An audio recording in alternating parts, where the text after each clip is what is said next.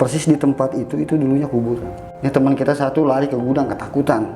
Emang kenapa? Gua ngalamin itu kepala yang diangkat sama dia. Ternyata yang bikin saya kaget lagi itu, dia itu mukanya rata, Bang. Oh, anak kecil itu, Pak? Iya. Assalamualaikum warahmatullahi wabarakatuh. Balik lagi sama gua, Badru Capsule. Kali ini sob, gua kedatangan lagi nih salah satu narasumber warga dari Tangerang. Nah, kali ini bapak yang di samping gua ini, dia mau cerita nih tentang pengalaman horornya waktu di tempat kerjanya. Dan itu salah satu tempat kerja, bisa dibilang pabrik yang cukup horor ya. Karena Bapak Hendrik ini mengalami kejadian nih sob. Dan itu lumayan barbar ya, karena dia megang kepala. Kepala siapa? Langsung saja nih kita kenalan siapa si Bapak ini. Halo Pak Hendrik. Halo. Jadi Pak Hendrik ini nama samaran ya Pak? Karena gak enak juga sama nanti kalau ada yang kenal Pak Hendrik ya. Dan terima kasih Pak Hendrik ini udah mau datang kemari dan berbagi cerita pengalaman horor nih Pak. Sama-sama. Oke, tahan dulu ya Pak. Sebelum kita ke ceritanya, buat teman-teman yang belum subscribe, jangan lupa subscribe dan diaktifkan loncengnya. Langsung saja kita ke Gibah Misteri.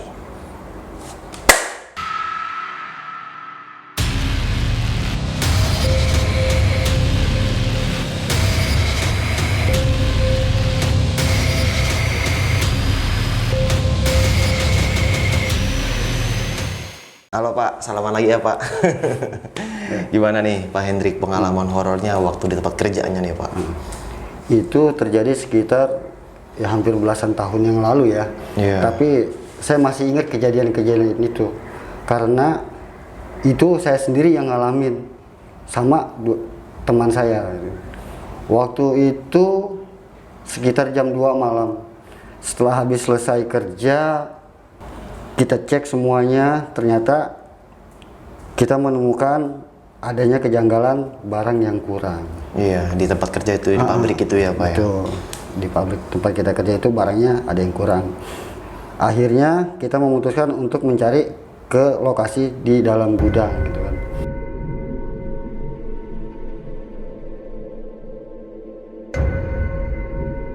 Suasana gudang waktu itu sepi sekali, nggak ada orang karena memang udah nggak ada kegiatan kerja kan. Karena satu begitu, kedua udah jam 2 malam. Untuk memastikan barang itu memang ada, kita terpaksa harus ngecek ke dalam gudang. Iya. Setelah kita ngecek ke dalam gudang, kita berdua sedang asik ngerapin barang sambil ngerapin barang, kita cek barang-barang yang kita maksud. Semoga kita berharap barang itu bisa kita temukan di situ. Gitu. Lagi sedang enaknya kerja berdua, teman saya bilang begini, "Bang, lu nyium bau minyak wangi nggak?" Bau minyak wangi. Gua justru di sebelah gua nyium di sini tuh nyium bau bangkai tikus. Kata dia, "Ini minyak wangi bang, wangi bener," dia bilang kayak gitu kan. "Bagaimana wangi? Gua dari tadi nyium bangkai tikus, cuma gua tahan-tahan aja. Coba kita tukar posisi lah, abang sebelah sana, saya sebelah sini," dia bilang kayak gitu kan. Iya. Begitu kita udah tukar posisi, tapi tetap aja kita nyium bau yang sama. Baunya sama. Saya cium bau bangkai tikus, teman saya yang satu ini nyium bau minyak wangi. Setelah kayak begitu, rasa takut saya mulai ada. Begitu juga teman saya. Mukanya langsung, air mukanya ini langsung berubah dia. Kelihatan sangat takut sekali. Iya. Diam-diam saya hampirin dia, saya pegang tangannya. Saya pegang tangannya, kenapa? Karena saya anggap dia itu paling pemberani. Cuma air mukanya berubah gitu kan. Saya khawatir dia kabur, saya pegang tangannya, saya bilang, "Jangan lari lu." Dia bilang, "Kenapa bang? Lu lari, gue juga lari, karena gue takut."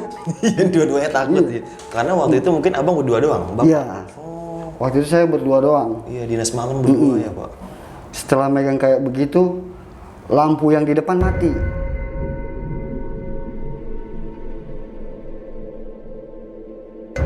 Jadi keadaan sangat gelap sekali waktu di belakang. Begitu kita rapiin barangnya, tapi barang belum kita temuin.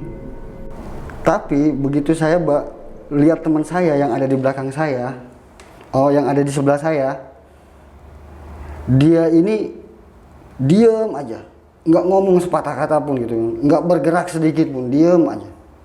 Saya belum paham gitu, saya tanya, lu kenapa? Bang, lu lihat nggak di depan pintu tuh bang? Di depan pintu gudang itu, di dalam gudang kita itu ada ruangan lagi untuk naruh barang juga gitu. Lu lihat nggak di depan pintu tuh bang? Iya, kenapa di depan pintu? Lu lihat aja sendiri, dia bang gitu. Begitu lihat, astagfirullahaladzim. Apa tuh bang? Bukan main saya takutnya. Begitu saya lihat sosok anak kecil sekitaran umur 13 sampai 15 tahun. Bajunya penuh darah bang. Bajunya penuh darah. Setelah itu dengan rasa takut coba mendekat. Ternyata yang bikin saya kaget lagi itu, dia itu mukanya rata bang. Oh, anak kecil itu pak? Iya, rata mukanya. Saking takutnya saya balik, itu yang namanya tumpukan barang, saya acak-acak, saya ngumpet di situ bang. Iya. Saking takutnya. Tetap teman saya nggak kemana-mana, dia di situ, dia diem aja di situ. Setelah sekian lama saya ngumpet, begitu saya yakin kalau dia udah nggak ada, udah saya bawa keluar. Saya bawa ke belakang gudang, karena di belakang gudang itu kan banyak teman-teman yang pada kerja di sana kan, yang pada ngobrol gitu kan. Saya bawa ke sana, tapi dia tetap aja diem bang. Dia tetap aja diem, nggak bergerak badannya, nggak ngomong sepatah kata pun gitu kan. Oh, tremor ya gitu ya pak ya. Karena ngeliat keadaannya, saya khawatir sama keadaannya gitu bang. Kalau di sana kerja, kalau udah keadaan kayak gitu mendingan pulang. Ketika saya suruh pulang, dia tetap aja diem, nggak ngomong. Akhirnya pimpinan saya mutusin, udah kamu antar pulang aja. Kondisi kayak begini, khawatir di sini ada apa-apa. Ya udah, saya antar pulang. Saya antar pulang, naik motor, saya bawa ke rumahnya sekitar jam 2:30, karena jarak gudang dari rumahnya itu nggak jauh, sekitar setengah jam lah perjalanan itu. Saya ketuk pintu rumahnya, kebetulan istrinya yang bangun. Saya ceritakan begini-begini, cuma istrinya juga bingung bang. Iya. Ini suami saya kenapa? Kok diajak ngomong diam aja? Oh, diem aja bang, kayak ngelamun gitu pak? Iya. Diajak ngomong diem, tangannya digerak-gerakin juga diem, cuma tatapannya kosong. Sampai istrinya itu nangis gitu bang, karena ngeliat keadaan suaminya kayak gitu kan. Iya. Setelah itu saya ceritakan kejadian yang sebenarnya seperti yang tadi saya ceritakan. Akhirnya dia memutuskan untuk manggil orang tuanya. Terpaksa saya sampai jam habis subuh saya baru bisa kembali ke tempat kerja, karena nunggu sampai dia itu ngomong gitu. Sampai dia itu emang benar-benar pulih gitu kan. Ya kira-kira itu yang kejadian pertamanya. Terus untuk yang kejadian keduanya di lain waktu bang. Sama, saya waktu itu lagi shift malam juga kebetulan.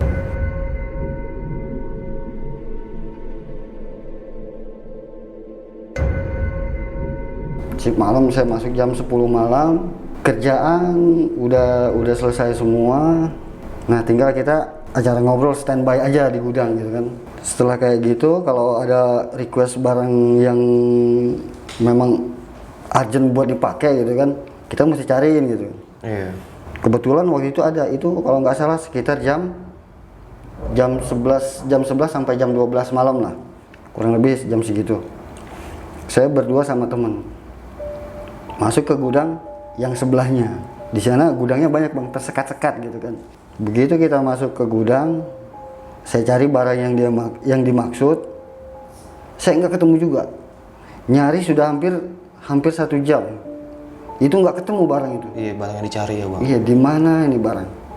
Kita udah tanya sana, tanya sini, nggak ketemu. Ada satu tempat yang emang belum kita datengin di situ, artinya di situ juga yang belum kita lihat di situ.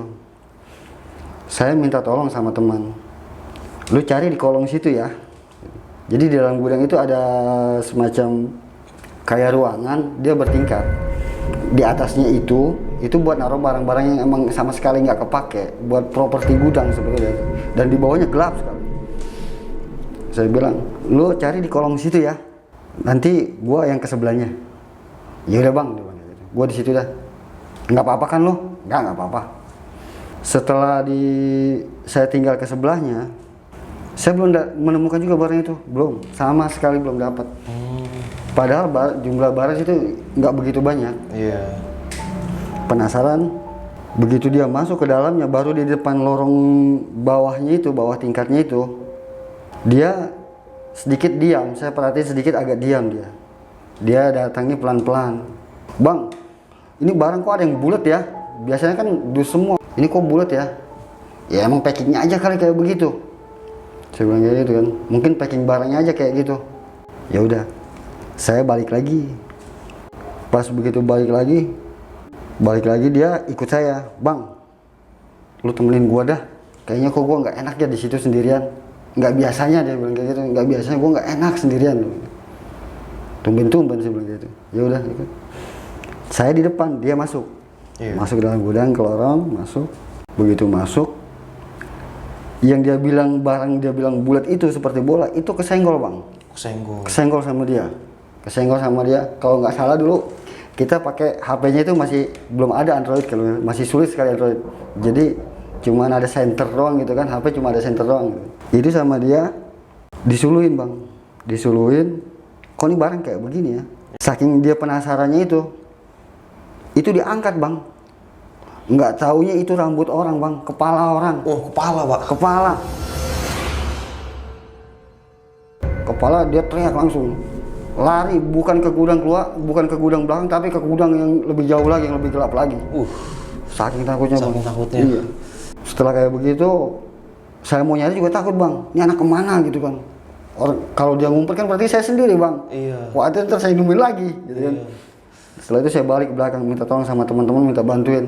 Ini teman kita satu lari ke gudang ketakutan. Emang kenapa? Gua ngalamin itu kepala yang diangkat sama dia. Itu kepala yang diangkat. Yang bener lu, iya. Akhirnya kita nyari rame-rame bang sama teman-teman, nyari dia. Ada dia ngumpet di WC ceritanya bang. Karena saking takutnya gitu kan. Padahal WC juga gelap. Iya. Sama teman-teman dibawa ke belakang, diajak ngobrol di belakang. Cuman, ya kayak kejadian pertama, dia cuma bilang saya nggak sanggup. Saya nggak sanggup, itu aja. Ditanya apapun jawabnya saya nggak sanggup. Ampun saya nggak sanggup, dia bilang kayak gitu kan. Cuma kayak gitu kan. Sekali lagi bagaimana melihat kejadian kayak gitu, teman-teman mutusin udah kalau begini biar dia istirahat dulu. Cuma nyap-nyapnya kayak gitu bang. Kita lagi ngobrol apa juga, dia bilang saya nggak sanggup, cuma itu aja. Setelah itu istirahat sebentar, coba kita bujukin, kita kasih air minum segala macam gitu kan. Dia mau, mungkin dia mulai pikirannya itu mulai ini bang, mulai baru normal gitu kan. Saya bilang coba lu ceritain kejadiannya apa, sampai bilang dari tadi saya nggak sanggup, ini bikin gua bingung sih bilang kayak gitu. Teman-teman kan bingung ngeliat dia kayak gitu. Jadi begini, tadi bang, waktu lu suruh masuk ke sana, itu yang gua senterin, saking penasarannya itu gua angkat. Itu bukan barang bang, itu kepala orang bang. Nah sampai saat itu bang, saya pada merinding. Iya. Diangkat kayak gitu kepala ya? Iya, diangkat sama dia, dilempar. Kalau cerita itu saya merinding bulu saya, karena memang saya mengalami persis cerita itu sama teman saya itu. Seperti apa? Itu kepala orang bang. Buat takut sekali. Mungkin sampai saat ini, sekarang sih orangnya udah resign. Mungkin sampai saat ini kalau saya ajakin ke sana dia nggak mau lagi. Udah kapok ke tempat itu ya pak? Iya, dia nggak mau lagi. Jangankan sendiri, rame-rame juga udah nggak mau dia. Kalau malam itu. Sebetulnya banyak sekali kejadian-kejadian ganjil di situ bang.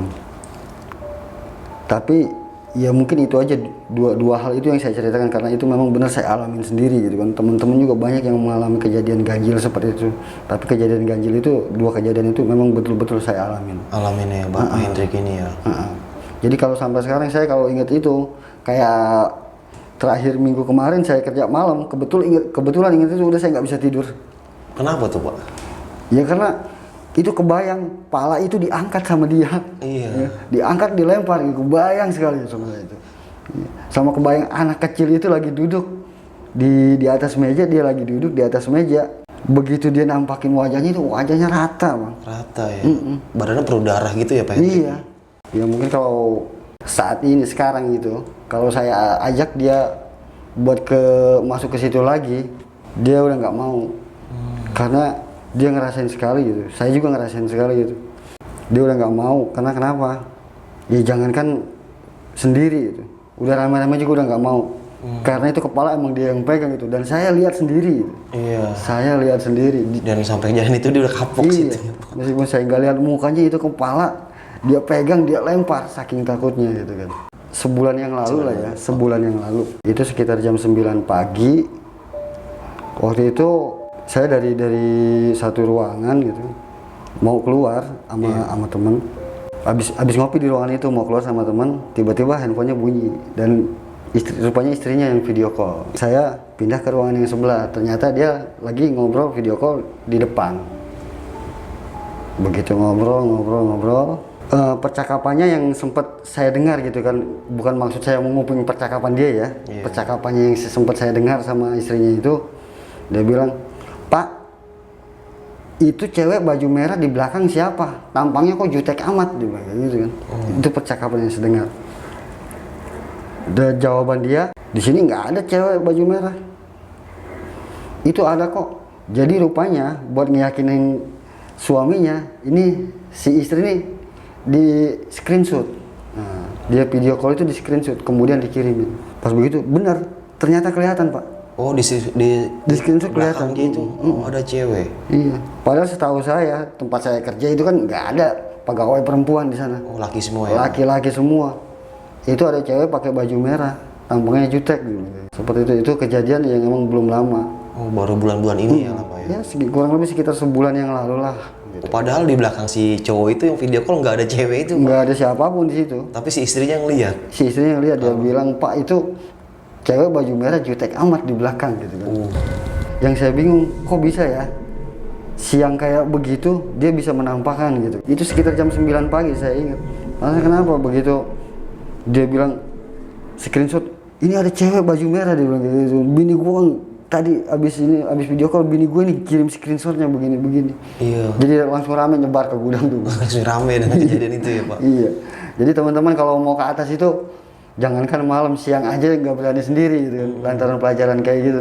Ya setelah itu ya udah, setelah rame akhirnya mereka ini sepakat. Nah, dari pihak pimpinan udah, kalau memang kayak gitu ini gudang dibersihkan aja. Artinya dibersihkan, jangan sampai ada debu. Ya bisa buat tempat buat ngobrol, bisa buat makan, yang penting rapi. Kalau sebelum kejadian itu tempat memang khusus satu ruangan buat naruh data gitu kan, segala macam data transaksi segala macam di situ semua. Orang tuh masuk ke ruangan itu ya cuma perlu untuk cari data aja, nggak untuk ngopi, nggak untuk makan, nggak. Oh, jadi nggak ditempatin dan jarang dibersihin mungkin ya? Jarang dibersihin. Dibersihinnya mungkin ya nggak sebulan sekali gitu kan. Jadi kalau ya masuk ke ruangan itu ya kayak gitu, dia cuma cari data aja. Nah nih Pak, kalau boleh tahu, nah tadi yang sosok anak kecil itu Pak, yang mukanya rata, barang darah semua. Apa Pak Hendrik pernah dengar di pabrik itu pernah ada yang dibunuh atau apa gitu Pak? Kalau untuk itu sampai saat ini saya belum pernah dengar. Cuman dulunya sebelum itu jadi gudang gitu, jadi pabrik, itu memang dulunya kuburan. Oh, kuburan dulunya. Cuman entah kuburan siapa gitu kan, kita nggak tahu. Pokoknya sebelum jadi pabrik, persis di tempat itu dulunya kuburan. Kalau cerita orang-orang tua kita gitu kan, mungkin saya nggak ngalamin karena itu gudang dibangunnya itu sekitar di bawah tahun 80-an gitu kan. Udah lama berarti ya Pak. Dan anak kecil itu Pak, dia nampakin pas Pak Hendrik aja atau ada lain tuh Pak yang lihat sosok itu tuh, si anak kecil itu tuh? Kalau yang Bapak tahu apa nggak ada lagi atau gimana gitu? Pernah. Cuman kayak dia nggak nampakin ya, cuma seperti bau yang sama. Bau yang sama. Kadang yang satu nyium bau bangkai, yang satu nyium bau minyak wangi. Minyak wangi. Kejadian ganjilnya ada lagi yang anehnya juga, itu barang segitu banyaknya. Begitu kita hitung beramai-ramai, ada sekitar 7 orang hitung kalau nggak salah. Waktu itu yang saya ingat ada 179 dus gitu kan. Cuman memang dusnya nggak rata, ada yang kecil, ada yang gede dusnya. Iya.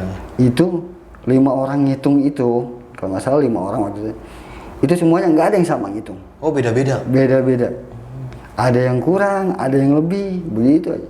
Sampai kita memutuskan untuk meyakinkan, coba deh, lu 20, lu 20, lu 20, gitu kan. Iya.